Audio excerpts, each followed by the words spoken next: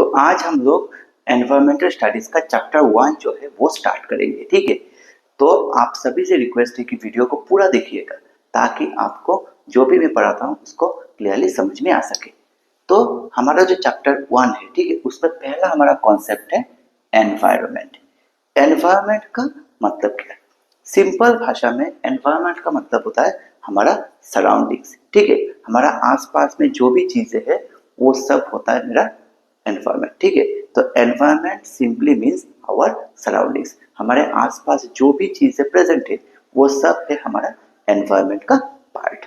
ये जो एनवायरमेंट है ये हमारा फ्रेंच वर्ड एनवायरोनर से आया है जिसका मतलब है टू सराउंड। ठीक है, तो हमने क्या समझा? एनवायरमेंट का मतलब क्या है? एनवायरमेंट का मतलब है हमारा सराउंडिंग। हमारे आसपास जो भी चीजें प्रेजेंट है वो सब मेरा एनवायरमेंट के अंदर में आता है।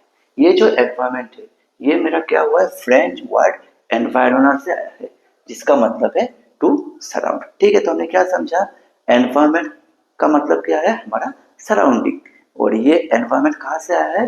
फ्रेंच वर्ड एनवायरोनर से आया है जिसका मतलब है टू सराउंड। ठीक है, तो इतना तक हमने एनवायरमेंट का मीनिंग समझ लिया। ठीक है, तो अगर आपका क्वेश्चन में आता है एग्जाम में व्हाट इज एनवायरमेंट, तो आप क्या लिखेंगे? Environment basically refers to our surrounding. It consist of all the living and non living components.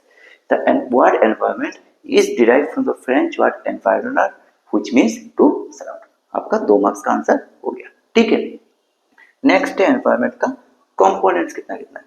तो एनवायरमेंट का बेसिकली 3 कंपोनेंट्स है। ठीक है, पहला है आपका एबायोटिक कंपोनेंट, दूसरा है बायोटिक कंपोनेंट और तीसरा है आपका एनर्जी कंपोनेंट।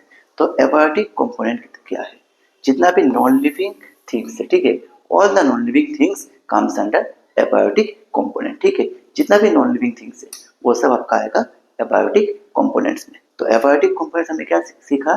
सभी नॉन लिविंग थिंग्स आता है आपका एबायोटिक कंपोनेंट्स में।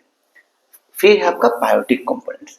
बायोटिक कंपोनेंट्स में आपका क्या होगा? जितना भी लिविंग थिंग्स है वो सब लिविंग थिंग्स आएगा आपका बायोटिक कंपोनेंट में। ठीक है, तो सब नॉन लिविंग थिंग्स आएगा आपका एबायोटिक में और जितना भी लिविंग थिंग्स है वो सब आएगा आपका बायोटिक में। और तीसरा है आपका एनर्जी कंपोनेंट। ठीक है, तो जितना भी तरह का एनर्जी वगैरह है ये सब आता है आपका एनर्जी कंपोनेंट में। तो हमने एनवायरमेंट का कंपोनेंट्स में क्या क्या सीखा? एबायोटिक, बायोटिक और एनर्जी। एबायोटिक मतलब जितना भी नॉन लिविंग थिंग्स है all this comes under abiotic.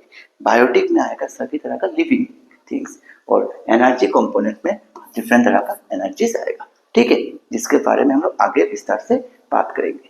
तो देखिए, मैं जो हर पार्ट बनाऊंगा ना ज़्यादा लंबा नहीं रखूंगा ताकि आपको भी समझने में आसानी हो सके।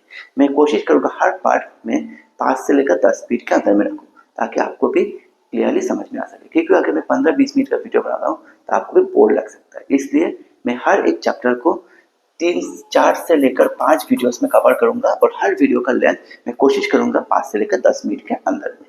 तो इस वीडियो में इतना ही। अगर आपको कुछ भी कंफ्यूजन है तो नीचे डिस्क्रिप्शन बॉक्स में आप लोग पूछ सकते हैं।